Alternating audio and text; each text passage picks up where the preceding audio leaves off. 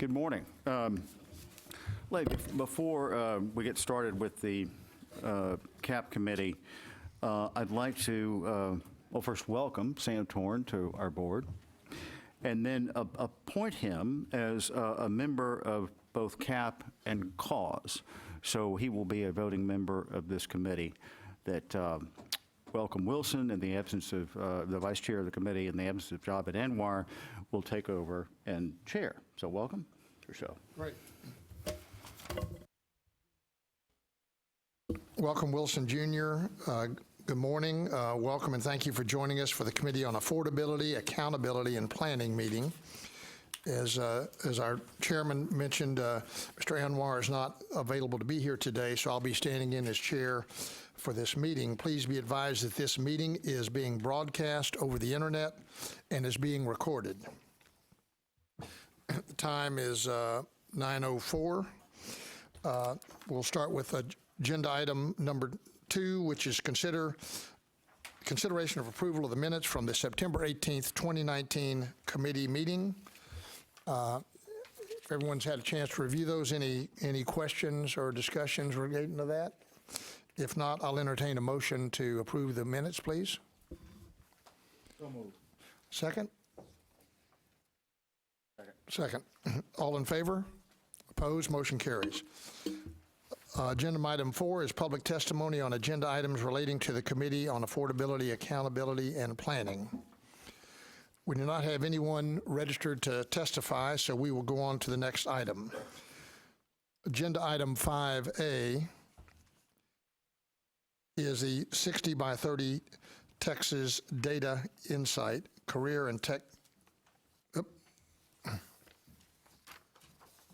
Hold on, we're going back to agenda item 3.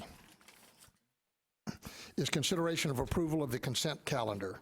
The consent calendar includes non-controversial items that can be approved without comment or discussion.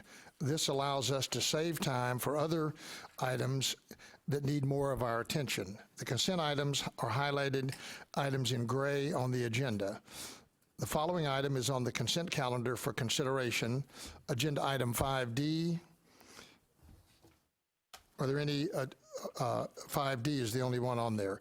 Are there any agenda items that anyone wants to move or remove from the consent calendar? If not, do I have a motion to approve the consent calendar? So moved. Second? All in favor? Aye. Next item is 5A, 60 by 30 Texas Data Insight Career and Technical Education Completions. Dr. Julie Eklund, Assistant Commissioner for Strategic Planning and Funding, will provide a presentation and be available to answer any questions. Dr. Eklund. Thank you, Mr. Wilson. Good morning, Board. Today's 60 by 30 Techs Data Insight presentation focuses on career and technical education in Texas, and we generally refer to this as CTE. CTE is designed to develop students' skills for the workforce. As you're probably aware, there's a real need for what is sometimes called middle skills level technical jobs, which require some type of post-secondary education or training. And right now. So we thought it was a good time to talk about our career and technical education, and also, of course, how it ties into our 60 by 30 tech plan. CTE completions are just one set of credentials that contribute to the 60 by 30 Tech's completion goal. In this presentation, I'll describe what kinds of credentials and programs are part of CTE education. I'll also share trends in CTE completions, enrollment, and dual credit participation over time. Most career and technical education takes place at our 2-year community and state colleges, but a substantial portion also takes place at our Texas State Technical Colleges and the Lamar Institute of Technology. And I want to give a shout out to those institutions because providing career and technical education is at the core of their missions. And they do an excellent job providing these programs and ensuring that students are being trained for in-demand careers that pay a strong wage. The 60 by 30 Tech's completion goal aims to reach 550,000 certificates, associates, bachelor's, and master's degree credentials awarded in the year 2030. In the most recent year of data, Texas reached a total of 341,000 completions. The majority of these completions were academic, but consistently, since the start of the plan in 2015, career and technical education completions have made up about 18% of all completions, or 1 in 5 students. CTE completions are comprised of 3 kinds of certificates and 1 kind of associate degree. We have level 1 certificates, which are awarded for completing a program consisting of at least 15 semester credit hours and no more than 42 semester credit hours. And as you can see on the graphic, that makes about a little over half of our CTE completions. We have level 2 certificates. These are shown in the dark blue bar, and these are awarded for completing a program of at least 30, but no more than 51 semester credit hours. We have advanced technology certificates, and those are awarded to students who were previously awarded an associate degree or a bachelor's degree. And this is a very small proportion of our completions. And we also have applied associate degrees. And these are 2 years applied degrees in a program designed to lead the recipient to immediate employment or career advancement. And those are showed in the yellow. It is important to note that for the level 1 certificates, which, as I said, were the most popular, a student is exempt from meeting the academic readiness standards under the Texas Success Initiative. But for level 2 certificates and higher, students must show readiness for academic coursework because those areas require college-level coursework as part of their programs. And that's part of why, when I explain the level 1 and level 2 certificates, there's some overlap in terms of the hours required. It's because for those level 2, there is academic coursework, and the students need to meet that college readiness, academic college readiness standard. So this graph shows completion for CTE certificates and applied associate degrees over time. And you can see both credential types have been increasing overall over the last 14 years. Certificates are more numerous than applied associate degrees. They did take a dip in 2008, you can see that here, but have increased more quickly in the last decade. And we go back to 2004 because that's when we had our full data collection for these types of programs. Also note that in Texas, institutions receive contact hour funding not only for the credit career and technical CTE, but also for continuing education CTE, which helps prepare students for the workforce. We also award success points at our community colleges for students who do continuing education workforce credits, but then complete a level 1 or level 2 certificate as a result. And non-workforce continuing education isn't funded by the state, but they do fund those workforce continuing education courses as well as the 4 credit courses that are tied to the workforce. So as part of our completion goal, we have set targets for completions by African American, Hispanic, male, and economically disadvantaged students. These are targeted groups. It's important that we increase completions for these groups if we're going to meet our goal. And so we show on this slide our CTE completions for these populations as well as for our white students and Asian and other students. And as you can see from this slide, African American student completions almost doubled from 2008 to 2018. Hispanic student completions are up almost 150,000% in these CTE areas since 2004. We've also seen the racial and ethnic composition of graduates shifting in time for these completions. The share of Hispanic students completing a CTE credential has increased from 28% to a total of 40% since 2004. And that really follows along some of our demographic shifts in terms of our young adult population. And we've seen a drop in the share of white completions over that period in terms of, again, the overall share. But African American students throughout have represented about 14% of these CTE completions, and that's representative of their population over time. We've also seen a shift in the demographics in terms of looking at male and female student completions for these CTE credentials. In 2004, females comprised the majority of CTE completers, and now males make up 54% of CTE completers. Females are most likely to complete in nursing programs, while males are most likely to complete in areas like precision metalworking or vehicle maintenance. And both males and females complete business administration and management programs in high numbers. This slide shows CTE completions for our economically disadvantaged students, also a targeted group under the state plan.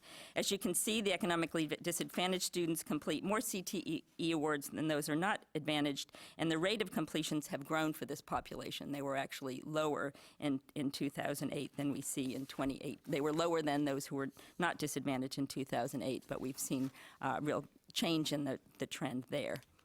And this slide just shows the top 5 producing programs in terms of our CTE awards overall, and this is for 2018.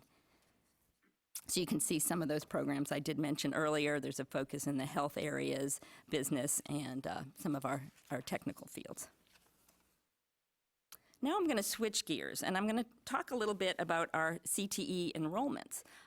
These trends look a little different than we see for completions. This is showing long-term enrollment trends in CTE, and like with completions, we see modest growth in the early years, for example, between 2004 and 2007. We see an increase at the start of the Great Recession. However, enrollment in CTE programs peaked in 2010, and it's been steadily declining since. It reached its lowest levels in these past years, the past 14 years, in 2018, and that's 250,000 students. So it's interesting that we're seeing growing completions despite enrollment decreases. And I believe this suggests institutions are becoming more successful in supporting students to complete and perhaps complete more quickly. We do see for some students they will complete more than one certificate. Particularly, we see scaffolding in those areas. And I think it's also important to note that when the economy is doing well, we do see fewer students enrolling in these programs, and I think the students who do enroll are very focused and tend to complete. But to me, it's a good sign that our completions are increasing, even though our enrollments are slowing. And this final graph highlights enrollments among students participating in dual credit for career and technical education. In 2004, there were fewer than 3,000 students enrolled in CTE dual credit, and by 2018, we had about 21,000 enrollments. We've seen particularly large enrollments in the most recent year. There's really been a shift in focus to some of these dual credit CTE programs at our high schools. So we had a jump of about 5,000 from 2017 to 2018. Also want to mention CTE programs are also offered in high schools that are not affiliated with community colleges. They're not higher education CTE programs, but there are programs that are offered at high school, so important to differentiate that. But these data are just for those students who are taking dual credit CTE that's affiliated with a community or a technical college. And I know TSTC has really increased the amount of dual credit they're doing in technical areas. In terms of eligibility for these programs, the dual credit students, if they're participating in the Level 1 certificate program, they do not need to meet the academic eligibility standards, but all of the other students doing career and technical CTE have to meet those readiness standards for the higher level awards. Finally, while the dual credit has grown for CTE, our overall dual credit has grown so much that we are actually still at only about 12% of our students who are in dual credit enrollments in CTE, where the majority of their enrollments are in those workforce CTE courses and non-academic courses. So it's remained steady, but we've seen growth really overall in terms of dual credit. So to summarize, our CTE programs are an important part of the 60 by 30 text completion goal. Students with career and technical education credentials are counted in the 60 by 30 educated population goal as well. So we have a means to include those students when we look at our young adult population and the percentage that has a degree or credential. We see that completions are on the rise in these programs while enrollments are dropping, and we'll look at that more carefully moving forward. And our dual credit enrollments are growing in these areas. So I'm happy to answer any questions you may have. Yes, sir. I'd just like to add one point in terms of that peak in terms of CTE enrollments. It's related to the economy, but one aspect of that I suspect is students who came back for some re-engineering and may have only taken one course when there are issues in the economy. People frequently will use community colleges to upgrade a skill, but they don't need a certificate to do it. And we find over time that that's the case. I think some additional analysis would probably reveal a number of students that are there for that purpose. In fact, we have, over the years, frequently encouraged some of our staff to take a course or two at ACC just for a particular technical skill that they might need at work. So is there, with the downward trend, have we been able to put our finger on what we can encourage or advise in order to improve enrollment? Because obviously the technical degrees in Texas are very important for the workforce and for the jobs in Texas. I mean, it really is an integral part of everything. So what's your opinion about what we can do to help educate the educators to encourage students to take this on? Well, one thing we did talk about as we looked at these data is the fact that our advising has improved for students, and we may have had students, especially maybe those in high school, who were looking at the courses available at the community colleges and might have seen a course in career and technical education, and although it wasn't part of their program, weren't getting good advice about what the best courses were to take for their program. So some of this could be that students are being more selective and getting better advice for what courses to take depending on what they're pursuing. So that's something we'll look at more closely. But I do think that it's an important area for us to look at more closely and make sure students understand that these programs are available, and that students who perhaps have not considered higher education understand that these are very important programs for helping a student to be ready for the workforce and make a living wage. So I know we have some programs, there are some programs out there to assist in advising the advisors. And so it seems like something of increasing that effort might benefit the system. Let me add, Julie didn't mention the important legislation, I guess 2 sessions ago, which changed the high school curriculum in order to place more emphasis on career tech areas. And we're sure that that will make some difference going forward. In fact, we've felt since that happened, that we would probably see a higher percentage of our dual credit courses being in CTE than had previously been the case. But I think that's something to watch going forward, because there are these changes in high school that have happened. And prior to that, there were many people in the field, especially in an industry, felt the coordinating board wanted everyone to go to universities, but the reality is we've been emphasizing certificates since at least 2000, and we've been one of the few states that have done that. But there's a difference between enrollment and taking some courses versus completions. We've done much better in terms of completions. Right. And I mean, it's good that the numbers of completions have gone up, even though enrollment has gone down. yes, and there's also the change that there are discussions nationally about things aside from certificates, but industry certifications, which TEA is emphasizing to a large degree. I'm not sure the number they've identified that they're working with now. It's close to 100. It may have exceeded that now. Badges, there are various other industry-related things, and I think the commissioner has something to add on that. So just a couple of quick points. I think one of the most important things that we could do over time is try to reflect information both on the council, to the students and counselors. I think you're exactly right. And also with the institutions about what the value is, not only of different credentials, but David raises an important point about sometimes you can see changes in the trajectory of earnings after folks take just a couple of courses. And so that may not be currently a credential or certificate.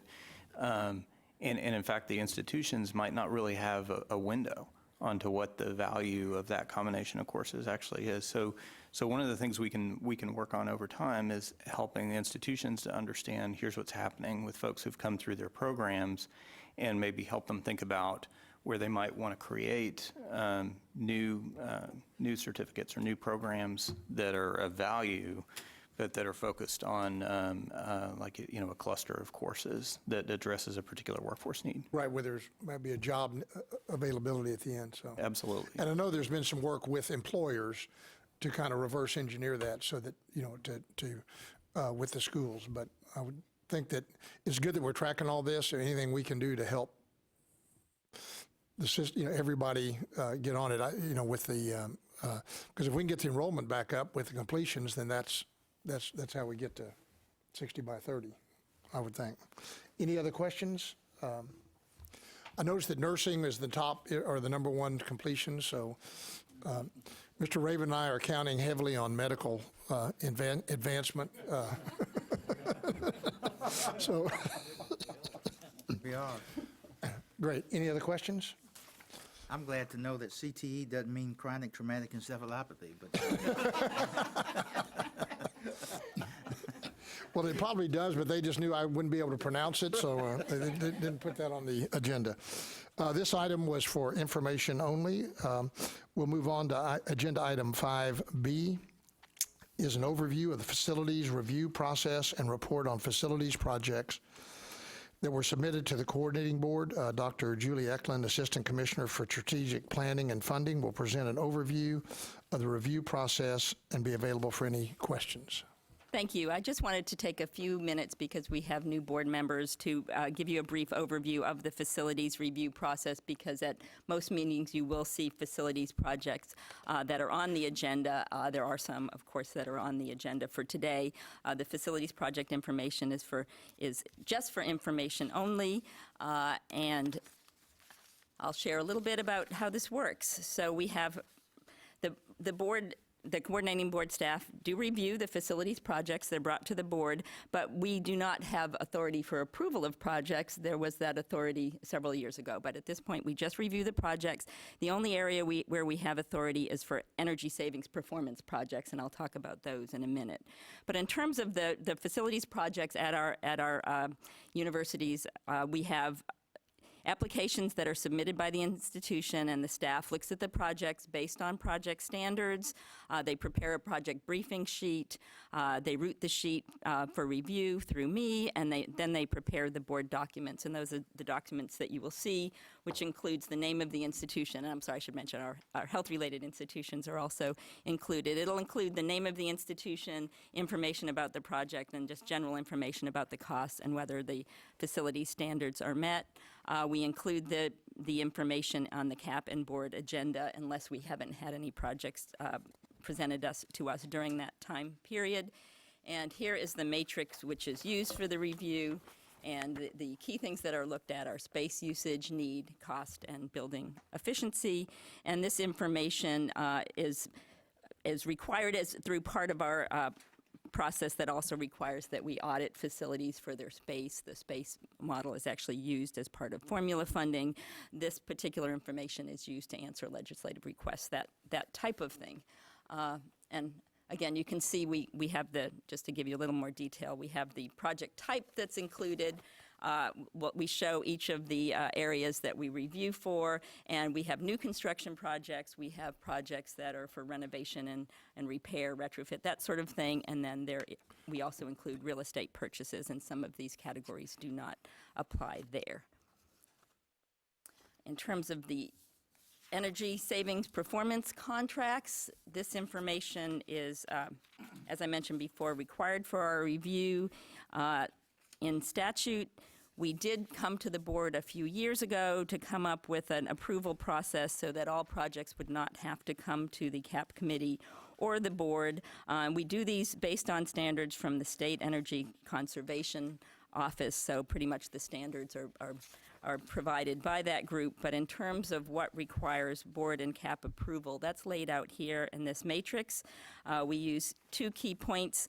You can see, and it has to do with the amount of years, the payback period for the energy saving project, and the cost of the energy saving project. So the assistant commissioner, which is me at this point in the strategic planning and funding area, has approval has authorization to approve certain projects, as you can see here.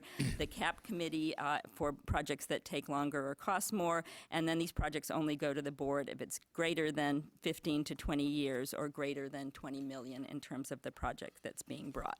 So you'll probably see these only on occasion, perhaps once a year or even less. if I look at the projects that we've done in the past up through this point when we developed this, about 54% would have been delegated to the assistant commissioner, 38% of the projects would have gone to this committee, and then 8% would have needed to be approved at the board level. So just a little background again on our facilities review process and the approval process for the energy savings performance contracts. Go ahead. Okay, Dr. Eklund, so I've never really understood this table. Okay. The space usage, I mean, I read the criteria, but you have these reviewed projects here, and then you have space usage, no, yes, not applicable. So what does it mean that space usage doesn't meet the standard? I am going to get back to you with the detail on that. No, what, because it doesn't matter. This is a strange thing, and I guess, Mr. Torn, it's we don't have any influence and decision-making authority. That's but, exactly right. But we have to report, and so we go through all this facility stuff. Right. But from time to time, I see something like that, and I think, well, I wonder what that is. Anyway, yeah, just let me know offline. Oh, and the matrix on the next page, again, it gives a little more detail on that, and I think you might have attended some of the space usage presentations that we've done at the leadership conference, talking about how we determine how well the space is being used in the classrooms, in the facilities. So some of that has to do with the new construction, how they're laying out the space, but we'll provide you some detail on that. Not much detail, just a little. Okay, just a little, bullet a little point. bit Thanks. more, Okay. yes. Happy to do that.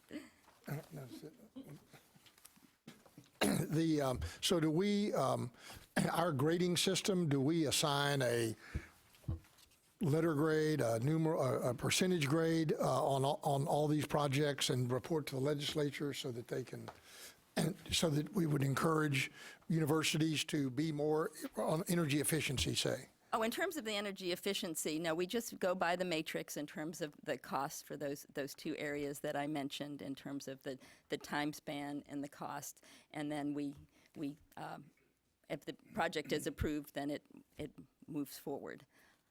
Right, but we Makes don't. sense. So we don't grade We don't them in report terms- like this year we saw X number of projects and here's the best rated based on their design and on energy efficiency or. No, we don't do that. We just do the simple process of looking at those two areas of review and indicating whether the criteria have been met, and again, bringing it to the board for review. Generally, when those come through, we invite a representative from the institution to come, and they're happy to answer the detailed questions about the project, and often the board members have had detailed questions about how this works. So that we're happy to have the expertise with us from the institutions when these projects come up in terms of what they've done and how much time it will take to recoup their funds, that sort of thing.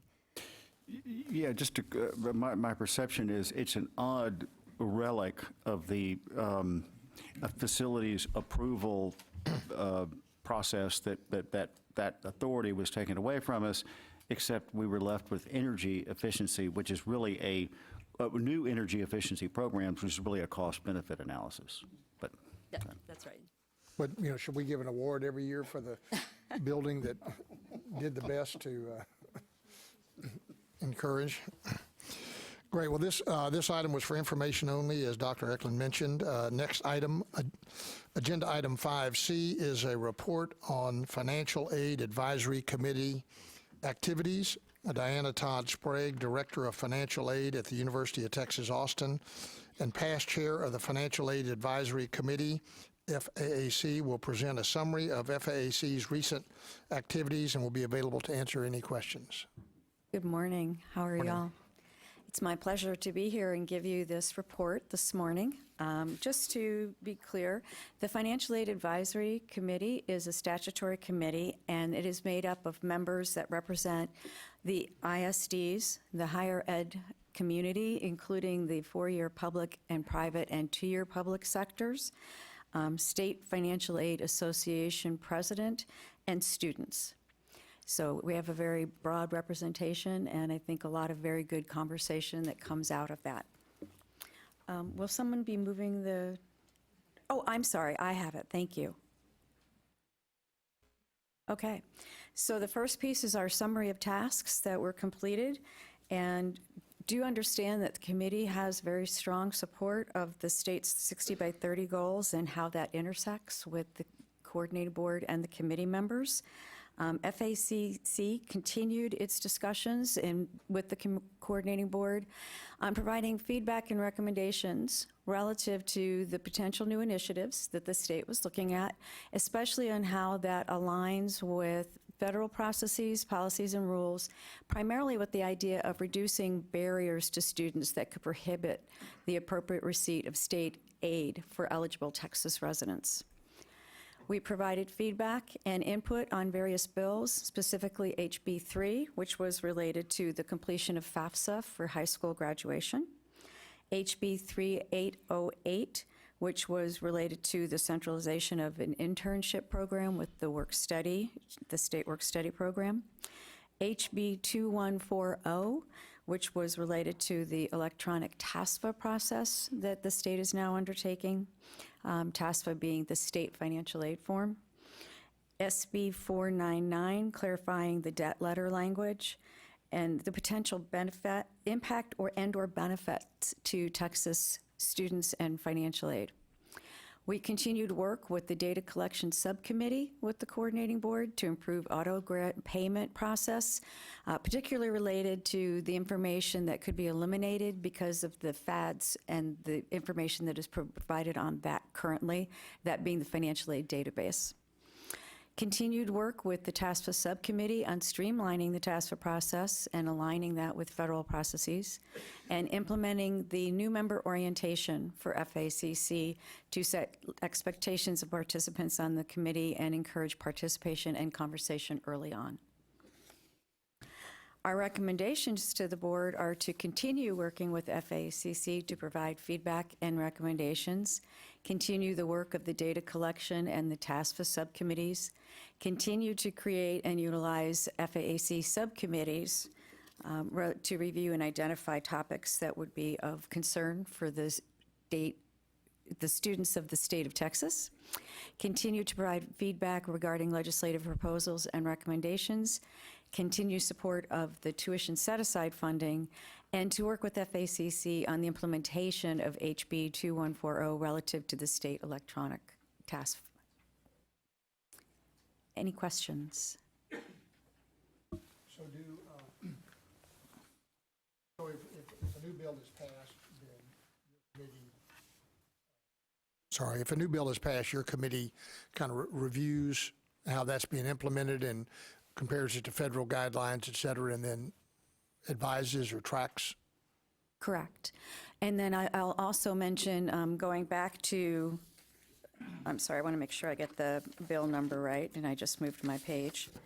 SB 499, what that was about was clarifying some language that had come back actually from SB 887 in the prior session relative to giving students an annual debt letter. And this was clarifying information where the schools were not required to report on private loans because we don't have that information. So when things come up with the legislation, when it's passed, if there's things that need to be resolved in the future, then this committee will work with the coordinating board to give that feedback. So do you have an opportunity during the legislative process, if bills are introduced, to advise legislators on how to maybe tweak a bill or where it might be refined? We approach this in two ways. So there's the committee where we try and share information with the coordinating board and ask questions and provide clarifying information on what the impact might be to students and institutions. And then also TASFA does work with the legislators as well. But we try to closely align those activities so that whatever TASFA is putting forth is also being brought forth to FAAC. Got it. Great. Any other questions, anyone? Thank you very much. We appreciate it. Thank you all. Again, this item is for information only. We'll move on to agenda item 5D, which is on the consent calendar. Next item is agenda item 5E1, is a proposed rule adopted as emergency rules at the October 2019 board meeting. Agenda item 5E1 is consideration of adopting the commissioner's recommendation to the committee relating to proposed rules to Chapter 22, Subchapter BB Section 22.751 through 22.757 of the Board Rules concerning the establishment of the Nursing Shortage Reduction Program Rider 28 Study Work Group. And thankfully, Dr. Julie Eklund is here to explain what that means. Yes, yes. NSRP is the Nursing Shortage Reduction Program, and there was a rider in this past session that requires the coordinating board to conduct a study and examine the structure and efficiency of the Nursing Shortage Reduction Program, as well as other state funding strategies to address the nursing shortage. So this is really a program that we've had for many years that's been focused on reducing the nursing shortage, but we've seen some different outcomes in more recent years, and so a study was required of us, and the rules were actually brought to you as emergency rules at the last board meeting. These mirror those rules, but this is through the regular rules process for approval. We have put together a work group. They had their first meeting at the end of October and are scheduled to meet again in January to work on this study. Any other questions? Mr. Raven? Dr. Eklund, in terms of, in the agenda item 5A, you advised the board about the number of CTE programs, and at the top of that list is those who have completed a nursing program. Generally speaking, how are we doing in terms of filling the gap of the nursing shortage? Well, we have seen tremendous growth in the number of new licensure nurses. However, it has not kept up with the demand. In the last few years, it's kind of flattened out. So despite a lot of efforts across the state and, really, I think, effective programs to increase the number of nurses, especially those initial licensure nurses, we've seen a little bit of slowing in that area, and the demand continues to grow. So this study is really to try to think about, are there additional ways that we can incentivize, whether it's institutions or students, to provide nursing programs and to go into those programs on the part of students. Because in the trip that I took to Amarillo, and I visited with the mayor and the folks there at the Texas Tech, one of the things that I heard some comments on was there was a gentleman there who heads one of the healthcare systems, and he told me that on a weekly basis, the different members of the various hospital systems have to meet in order to schedule nursing for the city of Amarillo on a weekly basis. That's how bad the shortage is. Yes, it's a challenge out there, and I know for our institutions there's challenge with finding nursing faculty because often those individuals can make more money working in the field, where they're needed, but that can be a challenge. So that's one emphasis of the current program, is to try to increase nursing faculty. In terms of clinical placements, that's important. So there's challenges beyond involving students. I think there's a lot of students who are interested in nursing, but it's a fairly complex issue, and I know it's something that's important statewide that we continue to focus a lot of attention on. Retirements are also an issue. Yes, absolutely. So it's replacement plus adding additional nurses. This is something that's the board has addressed for probably 3 decades. And the points that Julie's mentioned have been some of the key factors is how do you have the faculty to, we have more people who want to be nurses than are accepted into nursing programs. And I suspect that a number of them would be good nurses if there were adequate instructional faculty that increase enrollments. So all these things are combined, I think. Do you think this is, this is your field? Everything you're saying is right on. I think that there's also an issue with the training after the academic program is over and gaps in training sites for these nurses. And so the employers don't want to hire nurses straight out of school. They want them to be, trained, and that's an issue with hiring right now. But the nurse faculty is a big limiter. Any other questions? If there's no further discussion, do I have a motion to adopt the commissioner's recommendation for new rules for the Chapter 22, please? So moved. Second? Second. All in favor?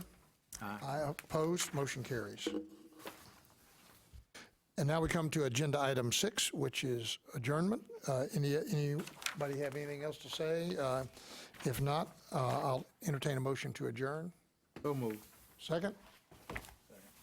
This calls meeting, this committee meeting is adjourned, and we'll take a 5-minute break to allow staff to set up for the cause meeting. Thank you very much. Appreciate it, everybody.